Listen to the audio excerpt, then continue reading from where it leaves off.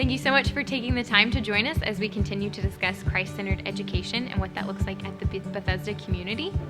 Today I'm sitting down with Sarah Campbell, school counselor, and she's going to talk a little bit more about what it means to be created in view of God's mercy. So what exactly does it mean to be created?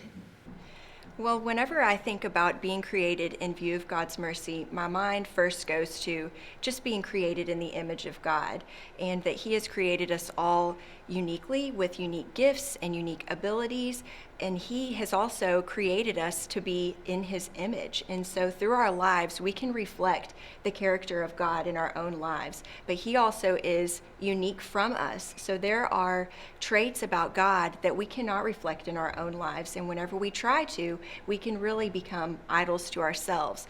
But whenever we're here at Bethesda, we want to make sure that we are emphasizing to our students that they can reflect certain characteristics of God, and that is how we can show that we are created in the image of God.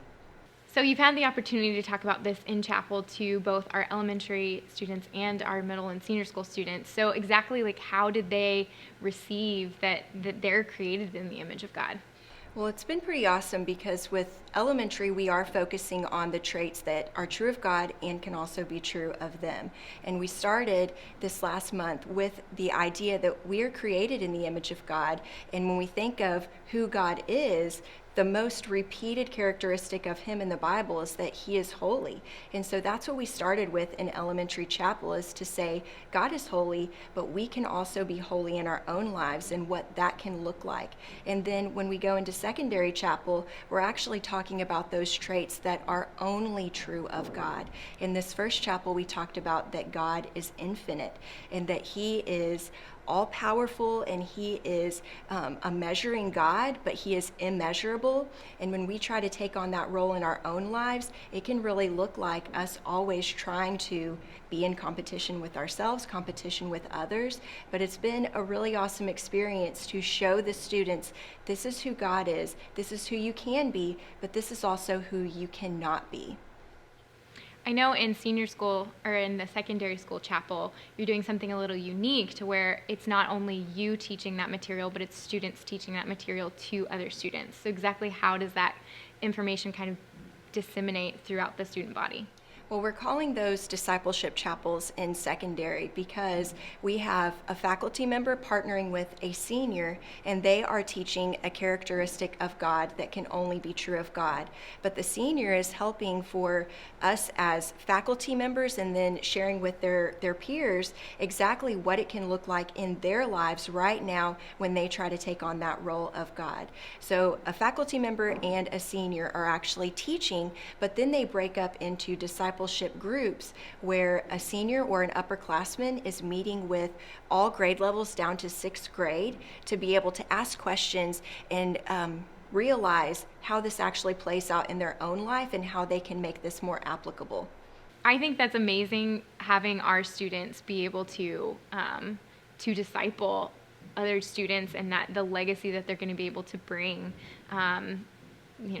through chapel and through the students' generations to come. So with that, where else are you seeing this happen in our community that, we're teaching together and we're learning how we're created in the image of God? Well, I know from personal experience from being a student at Bethesda and my children being at Bethesda now, that the idea of being created in the image of God is totally unique to each individual, and that's what we really try to focus on with each and every student. Is not there is a mold that you need to fit in to be an ideal Christian, but instead finding out what the unique abilities and giftings of each individual student are. And when I was a student here, that was such a treasure for me to have teachers and coaches being able to recognize in me already what the spiritual gifts were and leading me towards those by calling out just small characteristics. And I see that happening with my daughter, who's in 1st grade, and her teachers and coaches already looking and saying, this is a unique trait in her. And I see that in all of our students happening with families, where they are actually being able to be recognized as an individual who is created in the image of God, but there's something that God specifically wants to draw out in them and use them for. mentor.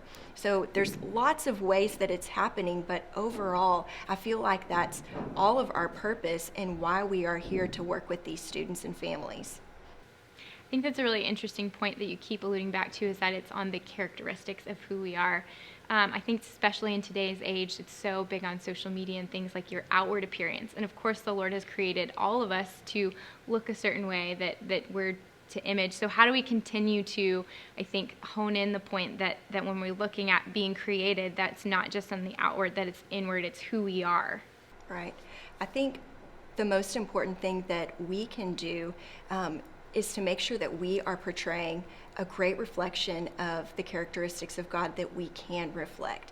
For instance, that He is holy, He is faithful, He is just, He is merciful, and showing our students those characteristics of God, but then showing them how they can actually portray them in their own life and what it looks like when they don't. So for instance, this last month, whenever I was doing elementary guidance, we talked about that God is holy and we can also be holy, but whenever I forget that God is helping me to be holy, that He is helping me to be completely perfect and separate from sin, and I try to do that on my own, I can become a perfectionist, and that can be an all-consuming trait in my life. So that's what the world looks like in me whenever I'm trying to meet the world's expectations. But whenever I'm relying on God for Him to make me perfect, then it's not a perfectionistic quality. Instead, it's me trying to meet the expectations of a Savior who has already paid the price for me. So really, the key here is that once we understand that we are created and who we're created to look like, the rest of Christ-centered education kind of falls into place. Absolutely.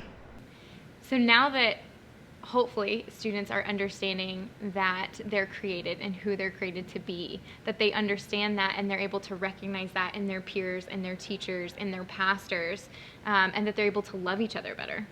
Absolutely. That's really the whole idea, is us investing in the students so that they can then go and influence the world. And that includes our own community and then the community beyond these walls. That once they realize, I am a unique creation, I am created in the image of God, then you look at each other and you say, you're also created in the image of God, and that's going to dictate the way I speak to you, the way that I treat you, the way that I love you, and that should be the way that we look at all of our fellow classmates and then the community outside of these walls, to say, no, you're not like me, but you are created in the image of God, and even though we may be different, we can still love each other, and we can actually impact this world better together. Thank you so much for taking the time just to explain a little bit more about what it means to be created in view of God's mercy. And thank you so much for taking the time out of your day to view this and learn more with us. If you're not already following us on Instagram or Facebook, be sure to do that so you can catch all of our video updates.